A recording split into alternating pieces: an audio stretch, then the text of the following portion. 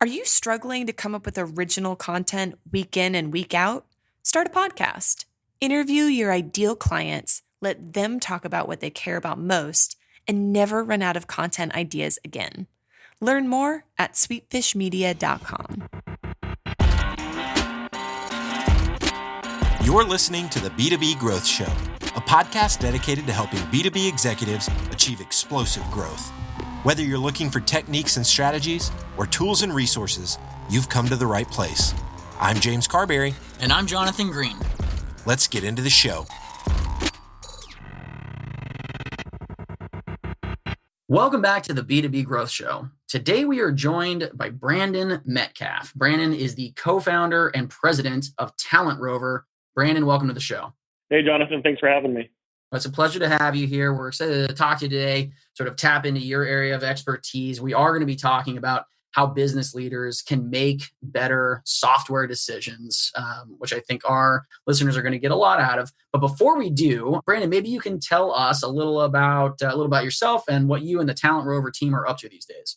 Yeah, so my background, basically, I came out of the staffing and recruiting industry. Prior to that, I was in banking, but most of my career I've been in staffing.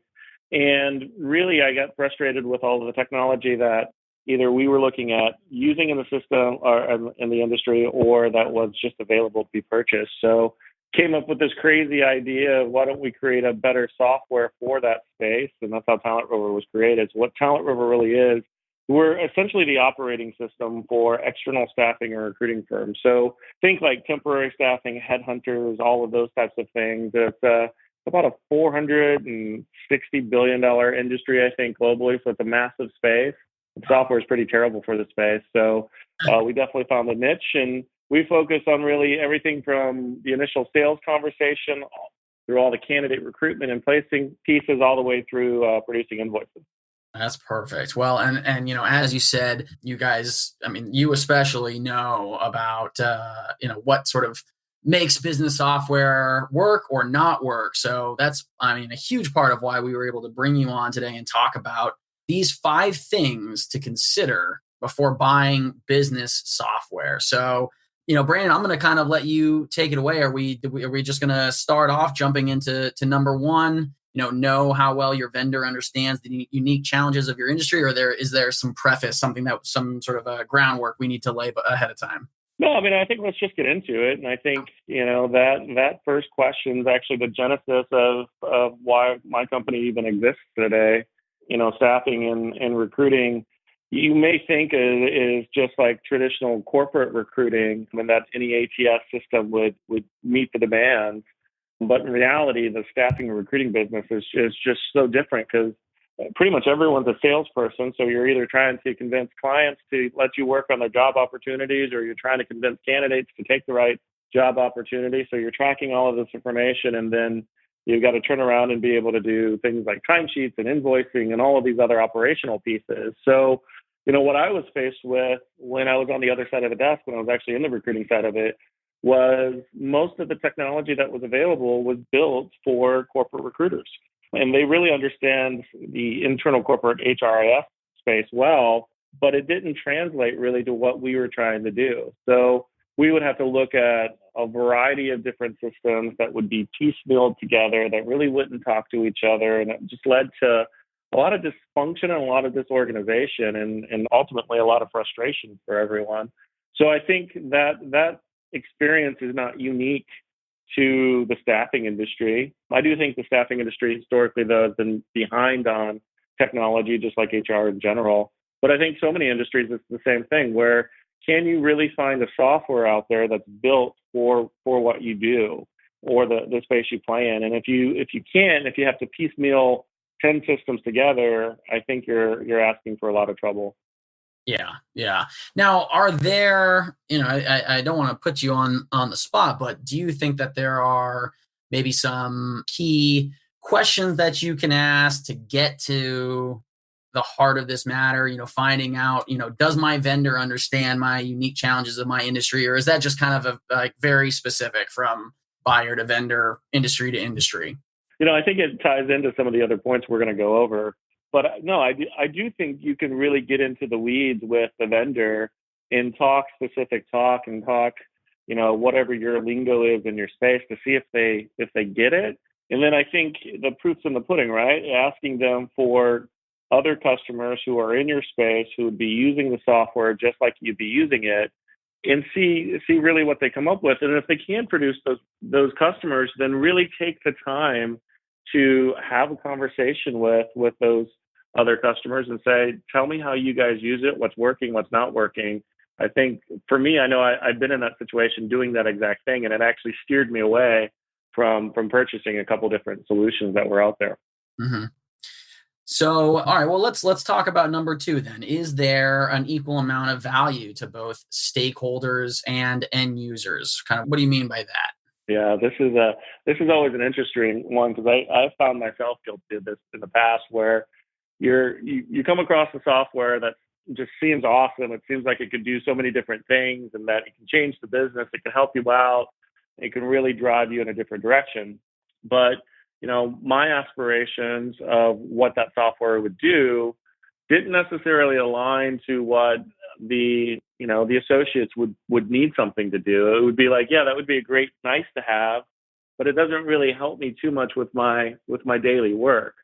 So instead of investing in something that will add 10% of potential value, why don't we refocus that excitement on a better solution that actually everyone in the organization can take advantage of, versus just some cool new toy, which I think oftentimes you can get sucked into, or I have in the past. And does that have a lot more to do with sort of intercompany transparency, like communication amongst departments? Is that having an encompassing vision from the executives, from the sort of top down, so that everyone is more aligned, and that can help solve that problem? Or what are you thinking with that? Yeah, I mean, I can use an example that we faced here recently at Talent Rover with communication tools. So we use Gmail and Google as our primary emailing system and all of that. So of course you get Google Hangouts. And then our VP of Tech, he loves Slack, and his team loves Slack for a lot of really, really good reasons. So they want to use Slack. And then we have other vendors and customers that they're on Microsoft, and they use Skype and Link and all of that. So then it then leads to a challenge. What do you use? Also, we're built on Salesforce, and we use Salesforce internally. So you have things like Chatter and all of that. So all of a sudden you have all of these different communication streams. And the whole point of this communication technology was to simplify how you're going to communicate. So if you don't have an overall vision of saying, okay, what's in the best interest for everyone in the company, you can quickly get yourself siloed into everyone's using different communication tools, and now no one's effectively talking with each other. Yeah, I mean, it's a great point. You've got a million different ways to communicate. Everyone kind of is in love with their own, like you said, particular silo or their method, and there can, despite the interconnectivity, there can be a breakdown in communication. But I think it's a very powerful example of being aligned for the greater good, knowing where the real value is going to be coming out of when you're making that decision to buy a new type of business software. So that makes a lot of sense. It hits on some of the other points where, the driving underlying theme to all of this is you really have to understand and know what you want and why you want it. Mm-hmm. Otherwise, you can get persuaded by, this VP of Tech who says, look at all the cool stuff Slack can do, or, your internal team that says, no, we put everything in Salesforce, so let's just use Chatter or whatever. You've got to really decide on, what is a must-have and why do you need it? And that's your driving message from leadership down to say, here's the box we need to play in. Let's make sure we stick in this. And then you can start to sell me on all the features and benefits that may help make the decision. But if you don't have that guiding principle, it's just too difficult to stay on track. Getting a little distracted by all the shiny bells and whistles. So, yeah. All right, let's talk about number 3 then, knowing what's easily configurable and what's not. Yeah, and this actually ties beautifully into, number 4, which is, are you hearing yes too often? Mm-hmm. And I'm a very strong believer in an 80-20 rule when it comes to software, especially when you're looking at large enterprise or business software where, these software providers, us included, make it very easy to customize and modify and configure and make changes that are unique to your business. But there's also a level of responsibility that I think that comes with that, where you need to keep things under control. And I really feel that when you buy a software, it should at least meet 80% of what the need is. And then it's nice to have up to a 20% flexibility. I can tell you from experience with Talent Rover, out of the gate, we did not do a really great job of controlling the conversation with clients as to, don't over customize, don't over engineer, don't over automate. And it burned us a few times, and it definitely burned the clients of, by the time they were done, and I remember this vividly, one of our clients, their CEO, who I know really well, and who speaks really frank with me, called me and said, look, you sold me a dream, and now I have a Frankenstein. And the things they don't like are really the overly engineered, highly customized things. So we actually went back and did a whole new deployment without doing all the customizations, and now they love what they bought. Yeah. We failed as a software company with controlling our client and explaining why doing all of those customizations was such a bad thing. Mm-hmm. So really diving in and having the vendor be able to show you, you can configure this, you can't configure this, and for the things that you can't configure, being able to explain why.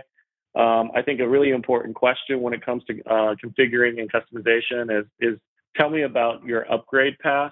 Tell me if I make all of these changes, what happens in future releases? Am I still going to be upgradable?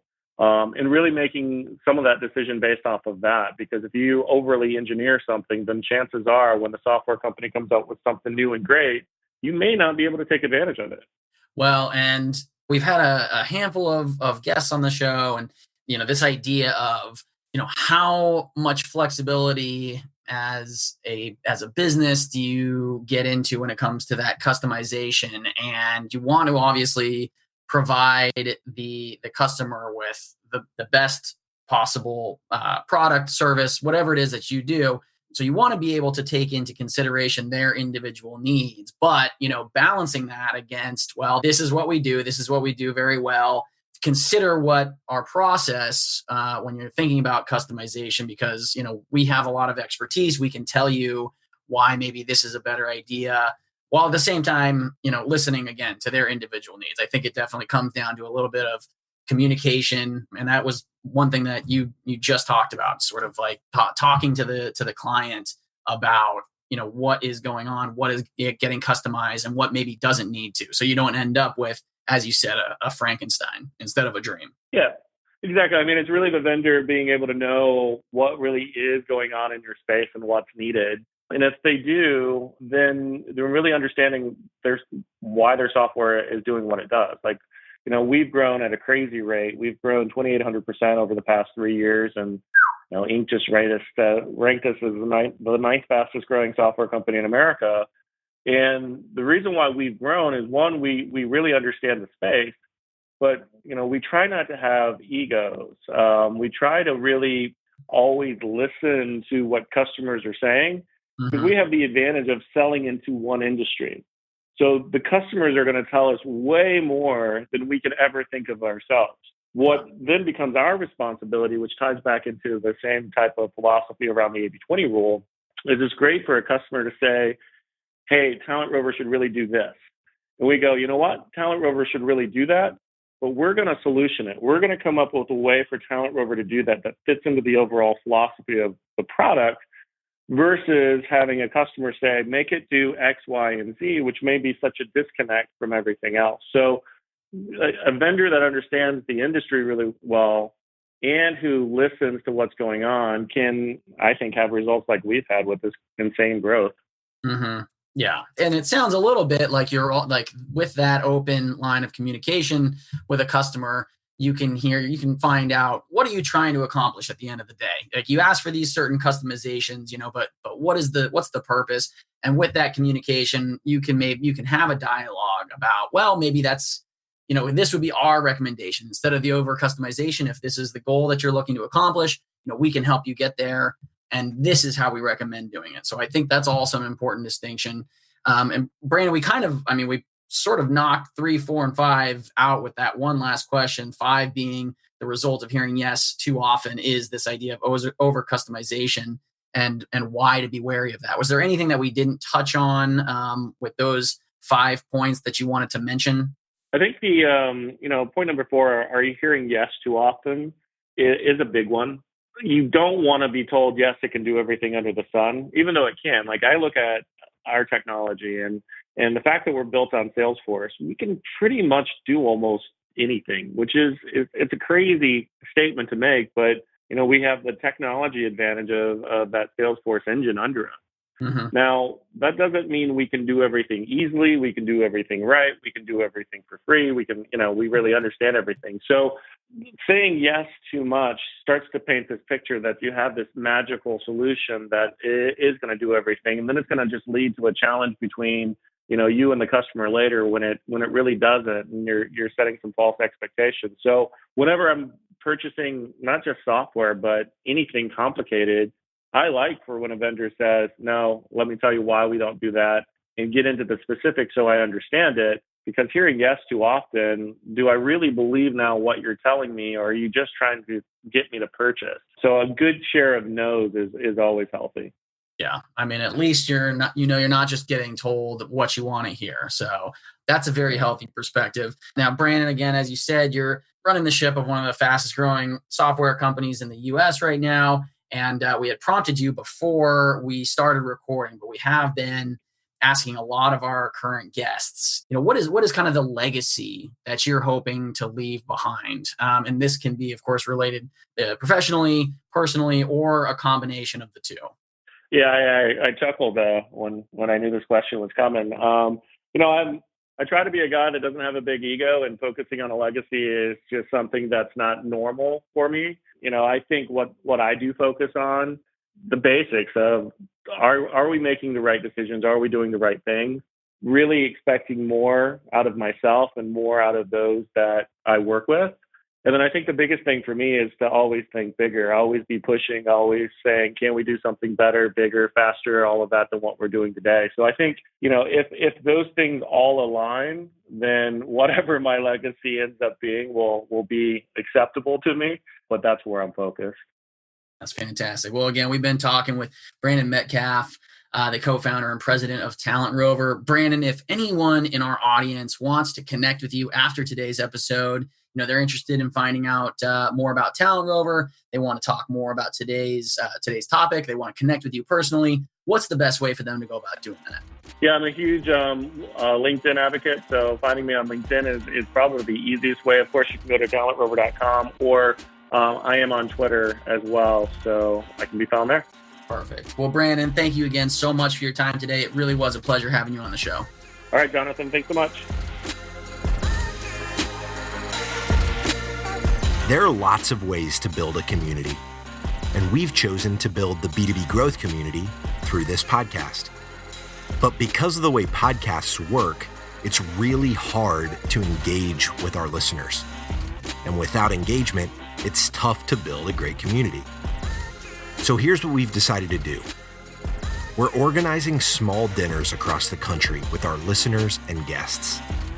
No sales pitches, no agenda, just great conversations with like-minded people. We'll talk business, we'll talk family, we'll talk goals and dreams. We'll build friendships. So if you'd like to be a part of a B2B growth dinner in a city near you, go to b2bgrowthdinners.com. That's b2bgrowthdinners.com. Thank you so much for listening. Until next time.